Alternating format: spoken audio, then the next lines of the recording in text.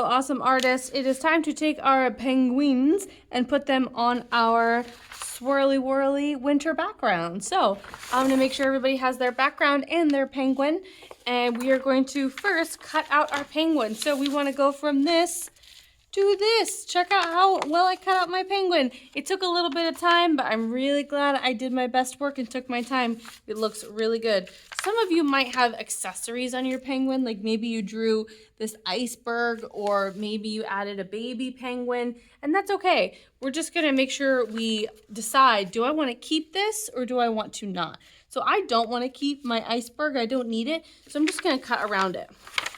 So I'm gonna go really carefully with my scissors, and I'm gonna start at the top. I'm gonna turn my hand, getting as close to the penguin as I feel comfortable. It doesn't have to be perfect, but I'm gonna do my best. Turning close and then turning away. Sometimes I wanna turn my paper and come at it from the other direction. That's easier than trying to rotate my arm or, bend my wrist in a funny position to get into the little corners. There we go. Now when I've got scraps, I'm gonna throw them in the trash. I don't need them hanging out at my table. I'm gonna come around my wing here. And I'm gonna decide I don't want this iceberg, so I'm just gonna cut and keep cutting and ignore it, right? I'm gonna cut all the way past it and just focus on the feet. I'm gonna come up from the side. Here I come. Watch out, feet. There we go. Cutting out pieces like that is much easier than trying to keep cutting all the way around. I'm gonna cut around my penguin toes, and then I'm gonna come back to them later. All right, so now I have a minute. I can go back in and cut towards my toes. So see how I'm cutting into the center and then other side into the center? Look at how easy that was. It fell right out. Much easier than trying to turn my wrist.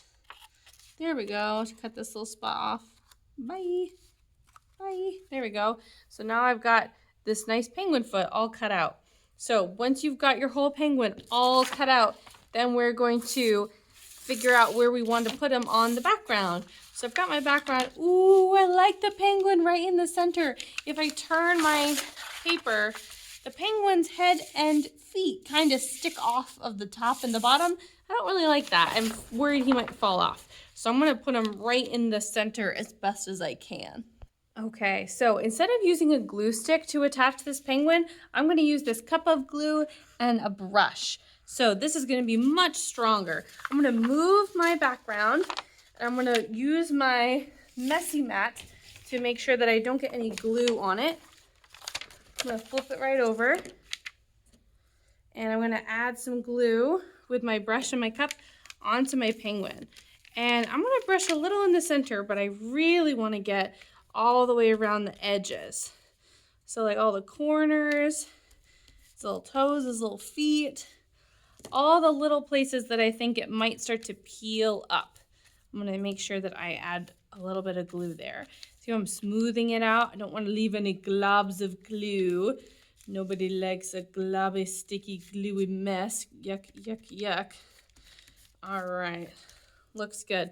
Put that down, and I'm gonna flip this penguin onto my background. Carefully, carefully, carefully. There we go.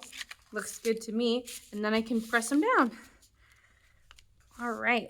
Once I have pressed the whole penguin down really carefully, made sure it was stuck on there really well, then I can put him or her, any penguin, onto the drying rack. Ta-da! All done.